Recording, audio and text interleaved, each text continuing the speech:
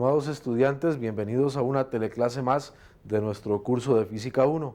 Como ustedes recordarán, en los capítulos anteriores nos encargamos de estudiar la cinemática y la dinámica de la rotación de un objeto rígido. Recordemos la definición de objeto rígido. Este objeto es aquel en el cual sus partes o la separación entre sus partes permanece inalterada cuando se ve sometido a fuerzas externas. Por ejemplo, una barra a la cual le aplicamos diferentes fuerzas de tal manera que le producen algún movimiento de rotación, como vimos en el capítulo anterior. Vamos a decir que si las dimensiones de este objeto no cambian bajo ninguna circunstancia, entonces este objeto se considera rígido. ¿Qué puede ser un objeto no rígido? Hablemos de una liga, un elástico, que en el caso de que yo le someta alguna fuerza o también un resorte, si yo lo someto a una fuerza, va a cambiar sus dimensiones, entonces en este caso no serán considerados bajo ninguna circunstancia objetos rígidos. En este capítulo nos vamos a encargar de estudiar cuáles son las condiciones necesarias para que uno de estos objetos rígidos permanezca en equilibrio estático. Por lo tanto, los objetivos primordiales y principales que usted debe cumplir al finalizar el estudio de esta unidad van a ser describir justamente las condiciones necesarias para que se presente el equilibrio de rotación en un cuerpo rígido, también distinguir la diferencia entre lo que es centro de masa y centro de gravedad, y finalmente vamos a analizar y a resolver algunos problemas relacionados con las condiciones bajo las cuales un objeto rígido permanece en equilibrio. Bueno, para explicar esto vamos a considerar una fuerza F actuando sobre un objeto rígido tal y como lo podemos ver en la figura. El efecto que la fuerza produce sobre este objeto rígido va a depender del punto de aplicación de esta fuerza con respecto al origen que hemos marcado acá con un punto O. Si llamamos R al vector posición, que es desde el centro de masa hasta el punto de aplicación de la fuerza, vamos a tener que se produce un momento de torsión o torque, que lo podemos calcular como torque igual R cruz F, o sea, vector de posición, producto vectorial con la fuerza.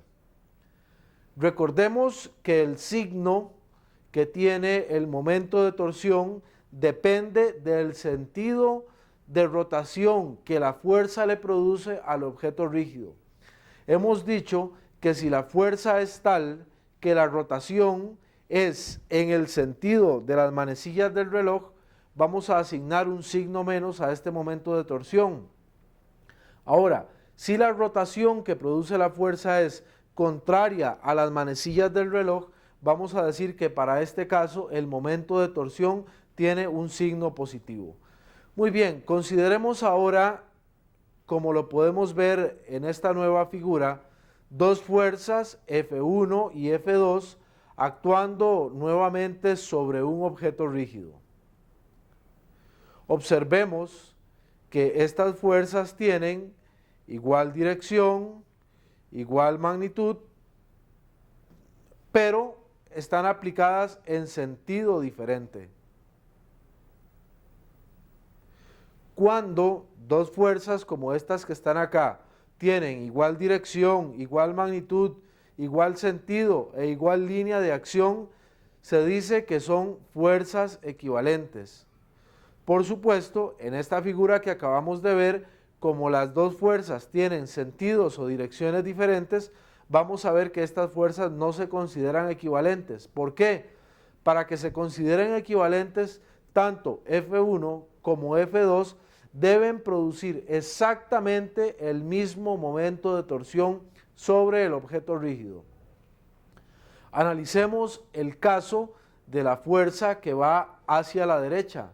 Veamos que esta fuerza tiende a producir una rotación que es igual que las manecillas del reloj. Por lo tanto, esta fuerza produce un momento de torsión negativo. Mientras tanto, la fuerza que va hacia la izquierda tiende a producir una rotación contraria a las manecillas del reloj.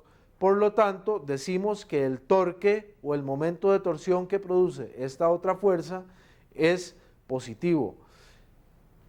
Al tener dos fuerzas no equivalentes como F1 y F2 que acabamos de ver, vamos a ver que se produce una rotación alrededor del eje o alrededor del punto que estamos tomando en este caso como eje y que es perpendicular por lo general al plano del objeto rígido. Al haber rotación, vamos a tener una condición de momento de torsión diferente de cero, porque recordemos que el momento de torsión es igual al momento de inercia multiplicado por la aceleración angular.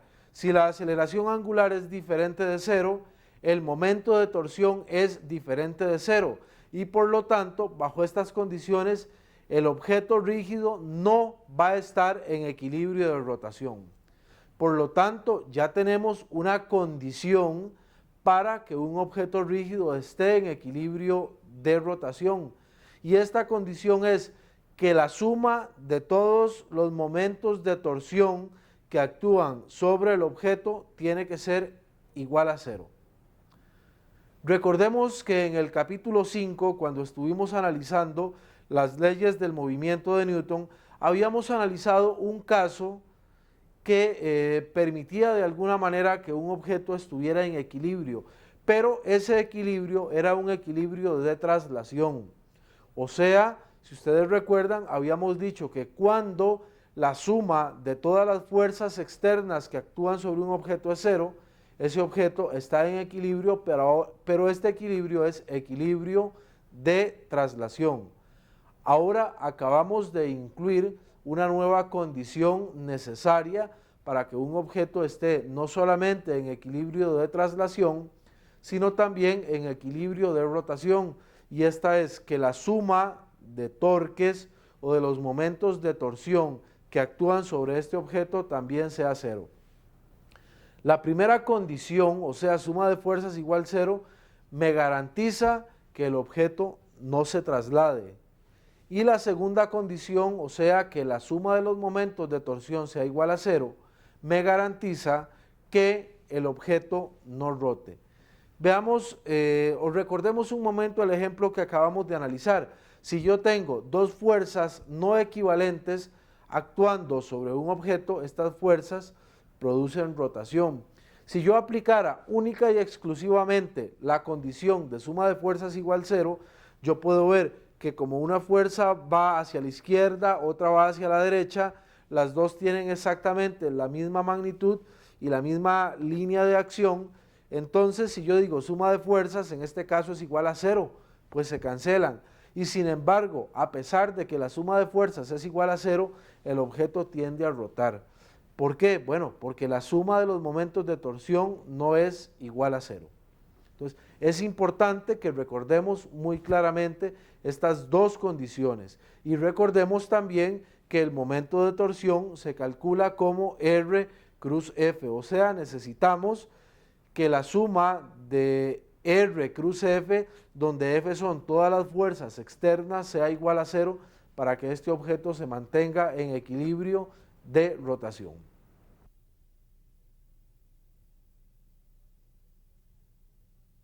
Cuando resolvemos problemas relacionados con equilibrio y principalmente con objetos rígidos, es necesario que tomemos en cuenta el peso del objeto. Si el objeto que nosotros estamos considerando es homogéneo, vamos a decir que su centro, su peso, se encuentra exactamente ubicado en el centro geométrico del objeto. Cuando no es homogéneo, pues deberíamos hacer algún cálculo similar al cálculo que hicimos en el caso de centro de masa. Aquí es importante que analicemos las diferencias o las similitudes que hay entre la definición de lo que es el centro de masa y el centro de gravedad. Ustedes recuerdan que para un grupo de partículas o para un objeto que puede ser dividido en partículas de masa pequeña, podemos decir que su centro de masa se calcula como la masa 1 por la posición en X de esa masa, más la masa 2 por la posición en X de esa masa, más la masa 3 por la posición en X de esa masa, dividido entre la suma de todas las masas. Exactamente lo mismo podríamos hacer en el caso de un objeto rígido, única y exclusivamente que en vez de multiplicar por el valor de la masa, vamos a multiplicar por el valor del peso, o sea, sería el peso de la partícula 1 por la posición de ese peso más el peso de la partícula 2 multiplicado por la posición de esa partícula dividido entre todos los pesos. Ahora, si nosotros estamos analizando el objeto rígido en un lugar donde la aceleración gravitacional es constante, eso significa que aceleración gravitacional puede salir a factor común del numerador de esta división y puede salir a factor común también del denominador, por lo tanto se van a cancelar. Y esto me llevaría a la conclusión de que cuando el campo gravitacional es uniforme, la coordenada X, y en general no solo la X, sino la Y y también la Z, la coordenada X del centro de gravedad igual a la coordenada X del centro de masa igual a M1, X1 más M2, X2 más M3, X3 más el número de masas que yo tenga, dividido entre M1 más M2 más M3 más hasta sumar para todas las masas que yo tenga. Ahora que tenemos claro el concepto de lo que es el centro de gravedad, ojalá y no se nos olvide cada vez que resolvamos un problema de equilibrio, a menos que se nos indique lo contrario, debemos tomar en cuenta el peso del objeto rígido que está siendo considerado en ese problema. Es importante, estimado estudiante, que usted siga algunas estrategias importantes para poder resolver correctamente los problemas de equilibrio. Algunas veces estos problemas tienden a confundir al estudiante y no se tiene claridad de cuál es la fuerza y de cuál es la distancia, principalmente a la hora de sumar los momentos de torsión. Generalmente a la hora de sumar fuerzas no hay ningún problema, sino que el principal problema se presenta a la hora de sumar los momentos de torsión. Por lo tanto, le aconsejo que siga las siguientes recomendaciones. Bueno, en primer lugar, usted debe saber reconocer cuáles son todas las fuerzas externas que están actuando sobre el objeto rígido. De no ser así, ya estaríamos comenzando mal y por lo tanto la solución del problema estaría incorrecta. Una vez que usted reconoce todas las fuerzas que están actuando sobre el objeto rígido, es conveniente que haga un dibujo. Por lo general, los libros de texto traen dibujos de los problemas y cuando no traen dibujos no es una mala práctica que usted tome unos cuantos segundos de su tiempo y se dedique a hacer un dibujo para que se ayude con la interpretación del problema. En segundo lugar, es conveniente que usted dibuje un diagrama de cuerpo libre, ya no en sí el dibujo, sino que ese objeto rígido represéntelo tal vez por una línea y represente cada una de las fuerzas que usted tiene. También es importante que usted descomponga las fuerzas en componente X y en componente Y. Si no lo hace, eso ya de por sí va a inducir un error a la hora de solucionar su problema. Usted necesita que sus fuerzas estén dirigidas o todas en el eje X o todas en el eje Y, para que en el momento de aplicar que el momento de torsión es igual a R cruz F no tenga absolutamente ningún problema.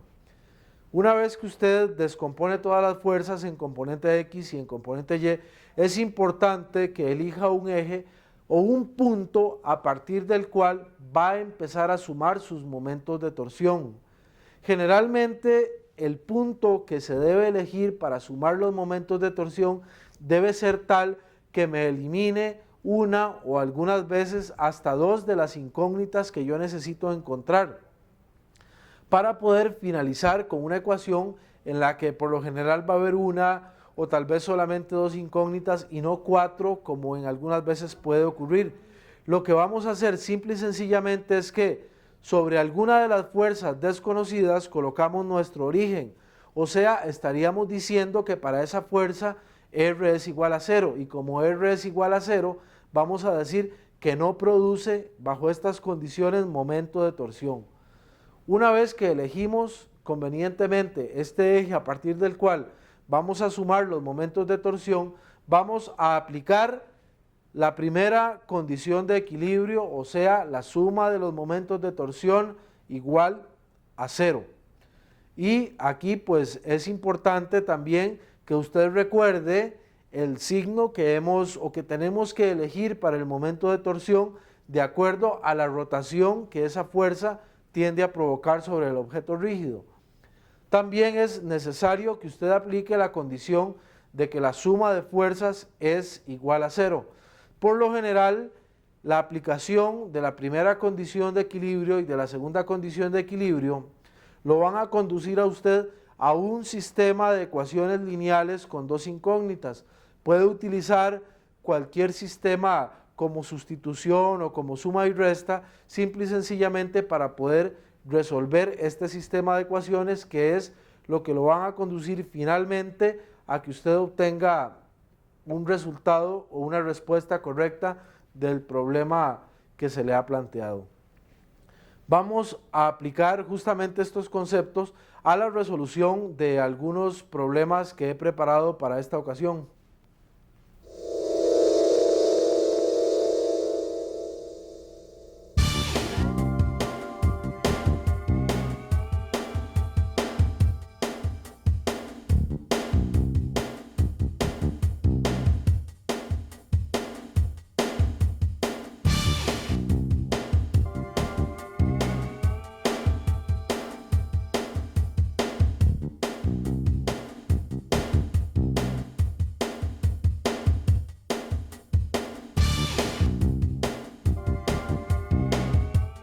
En el problema 1, ya el libro de texto nos presenta el dibujo, así que ya ganamos un poquito en cuanto a lo que es la estrategia para resolver este problema.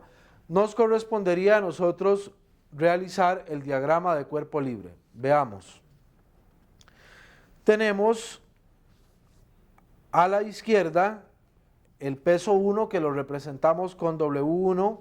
Vean que la barra la hemos representado única y exclusivamente por una línea y ya no ponemos los soportes, sino que nos interesa poner las fuerzas. Sobre W1 tenemos una fuerza normal a la que le vamos a llamar N. En el centro geométrico de la barra estaría actuando su peso, al cual le ponemos mg. En el extremo derecho estaría actuando el peso 2, y hacia arriba estaría actuando una fuerza de reacción a la que le hemos colocado el signo de R. Vamos a sumar torques con respecto al punto que hemos marcado con una P. Y aquí vamos a tener que la suma de torques o suma de momentos de torsión igual a 0.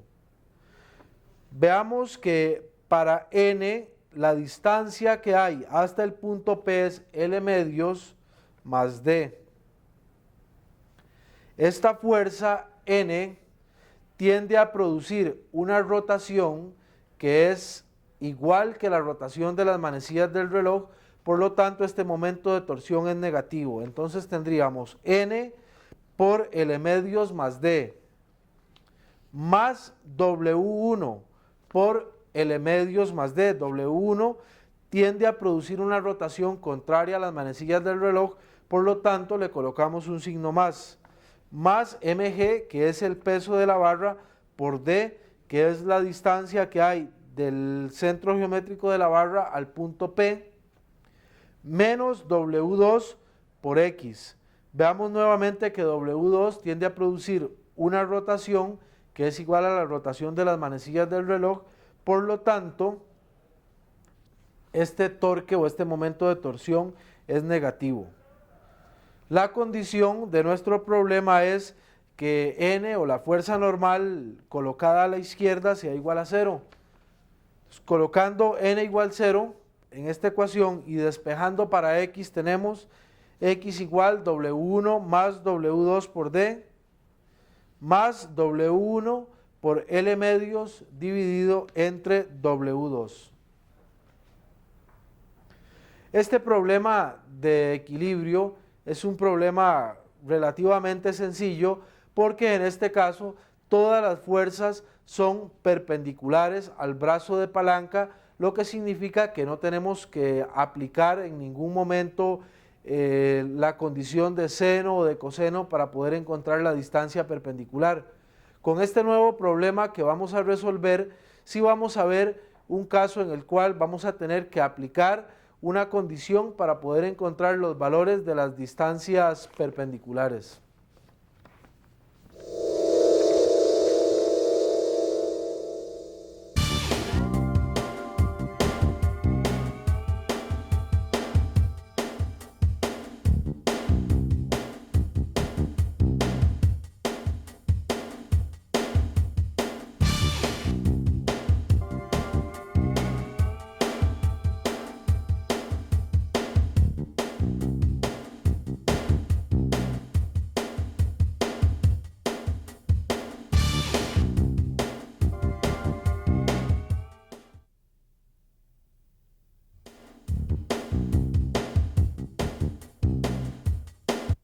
Vamos a proceder a hacer el diagrama de cuerpo libre. Observemos o coloquemos mejor el peso en el centro geométrico de la barra. Coloquemos la fuerza normal a la derecha, que es la fuerza normal que ejerce el piso. Coloquemos la fuerza de reacción en la pared hacia la derecha y también debemos colocar el peso del hombre a 2 metros sobre la distancia medida en la escalera. Es necesario que encontremos el ángulo a la cual está inclinada esta escalera. Para eso podemos utilizar, por ejemplo, la función coseno de θ igual cateto adyacente entre hipotenusa. En este caso el cateto adyacente es 8 metros, la hipotenusa corresponde a la longitud de la escalera que es 10 metros, por lo tanto coseno de θ es igual a 8 entre 10 y θ igual coseno a la menos 1 de 0.8 y esto me da un ángulo de 37 grados. Apliquemos suma de fuerzas en Y igual a 0. Si observamos el diagrama de cuerpo libre, podemos ver que únicamente tenemos una fuerza normal hacia arriba y las dos fuerzas del peso hacia abajo. Por lo tanto, N menos 800 menos 400 igual a 0. Si despejamos N, tenemos N igual 800 más 400 igual 1200 newtons. Vamos a sumar ahora los momentos de torsión con respecto al punto que está apoyado en el piso, porque necesitamos encontrar la otra fuerza. Bajo estas condiciones tenemos el primer momento de torsión va a ser el momento de torsión que produce el hombre, que es 800 por 2, pero este 2 es la distancia medida sobre la escalera. Por lo tanto, la distancia perpendicular realmente es 2 por coseno de 37, más el momento de torsión que produce la escalera, que será 4 por 5, que es la mitad de la longitud de la escalera, nuevamente por el coseno de 37, menos 6 por fx igual a 0. Despejando fx tenemos fx igual 800 por 2 por coseno de 37 más 400 por 5 por coseno de 37 dividido entre 6 y eso es igual a 480 newtons.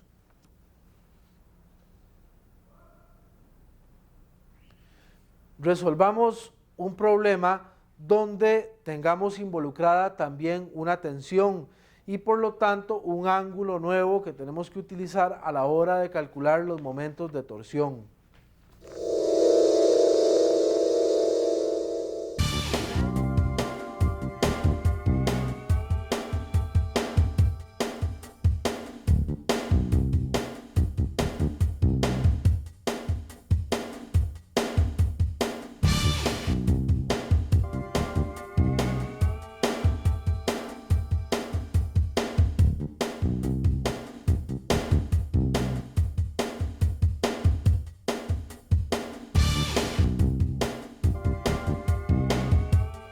nos quedaría dibujar el diagrama de cuerpo libre. Vamos a representar simplemente la barra ahí por una línea y también la cuerda por una línea. Esa cuerda está sometida a una cierta tensión. También sobre el pivote en el piso hay una fuerza de reacción. Entonces tendríamos las fuerzas de reacción en el piso, el peso de la barra a la mitad de su longitud, el peso de 2000 newtons colgando en un extremo de la barra y la tensión. Es necesario que esta tensión la descompongamos en sus correspondientes componentes X y Y. Observemos que la componente X para esta tensión es T por el coseno de 25 y la componente Y es T por el seno de 25. Muy bien, una vez que tenemos nuestro diagrama de cuerpo libre con todas y cada una de las fuerzas, y ya estas fuerzas, pues en el caso de la tensión, en sus correspondientes componentes X y Y, vamos a elegir el eje para sumar momentos de torsión en el pivote. Y vamos a aplicar la condición de equilibrio. Vamos a sumar momentos de torsión justamente alrededor del pivote. Entonces tendríamos T por el coseno de 25, que es la componente de la tensión, multiplicada por 3 L cuartos. Ya en el dibujo ustedes vieron que este cable está amarrado a una longitud que es 3 L cuartos del pivote, por el seno de 65. Al multiplicar por el seno de 65, lo que estamos haciendo es encontrando la distancia perpendicular de esta fuerza, más T seno de 25, que es la componente Y, nuevamente por 3 L cuartos, únicamente que aquí la distancia perpendicular la calculamos con coseno de 65 y no con seno de 65 como lo hicimos anteriormente. Estos dos momentos de torsión primero que hemos colocado son positivos. ¿Por qué? Porque tanto la tensión en X como la tensión en Y tienden a producir una rotación contraria a las manecillas del reloj. El peso que cuelga del extremo de la barra también produce un momento de torsión. Veamos que este peso tiende a producir una rotación que es igual a la rotación de las manecillas del reloj, por lo tanto es negativo, o sea sería menos 2000 por L, porque está exactamente en el extremo de la barra, por el coseno de 65, con eso lo que estamos haciendo es encontrando la distancia perpendicular y nos quedaría considerar el momento de torsión que produce el peso de la barra, y este es igual a 1200 por L medios por coseno de 65. Y esto está igualado a 0. Podemos observar que L está presente en todas las expresiones, así que como la ecuación está igualada a 0, lo podemos sacar a factor común y realmente desaparece de esta ecuación. Si reordenamos un poco de términos y también sacamos a factor común la tensión, nos quedaría T por coseno de 25 por 3 cuartos por seno de 65 más seno de 25 por 3 cuartos por coseno de 65 igual a 2000 por coseno de 65 más 1200 por 1/2 por coseno de 65. Despejando T tenemos T igual 2000 por coseno de 65 más 1200 por 1/2 por coseno de 65 dividido entre coseno de 25 por 3 cuartos por seno de 65 más seno de 25 por 3 cuartos por coseno de 65. Poniendo todos estos datos en la calculadora, ustedes pueden comprobar que la tensión tiene un valor de 1465 newtons. Aplicando ahora que la suma de fuerzas en X igual a 0, tenemos Fx menos T coseno de 25 igual a 0, por lo tanto Fx es igual T coseno de 25, como tenemos el valor de t, esto sería 1465 por el coseno de 25 igual 1328 newtons. Aplicando la condición de que la suma de fuerzas en Y igual a 0, tenemos reacción en Y positiva porque va hacia arriba, menos 1200 menos 2000 más T por el seno de 25 igual a 0. Despejando Fy y recordando que ya tenemos el valor de la tensión, tenemos Fy igual 3200 menos 1465 por seno de 25 y esto da un valor de 2581 newtons. Por lo general, los problemas de equilibrio tienden a causar problemas en los estudiantes justamente en el momento de resolverlos. De acuerdo a mi experiencia, lo que yo les puedo decir es que la única manera de solventar estas dificultades es estudiando y practicando lo más que ustedes puedan. El libro de texto tiene una colección bastante grande de problemas relacionados con el equilibrio y yo les aconsejo a ustedes que además de aquellos problemas propuestos que encuentren en la guía de estudio, pueden dedicarse a resolver algunos problemas adicionales que a ustedes les parezcan tal vez representativos, de tal manera que puedan aclarar todas sus dudas directamente en el momento de practicar. Con este problema pues terminamos lo que es el estudio del capítulo número 12. Muchas gracias por su atención.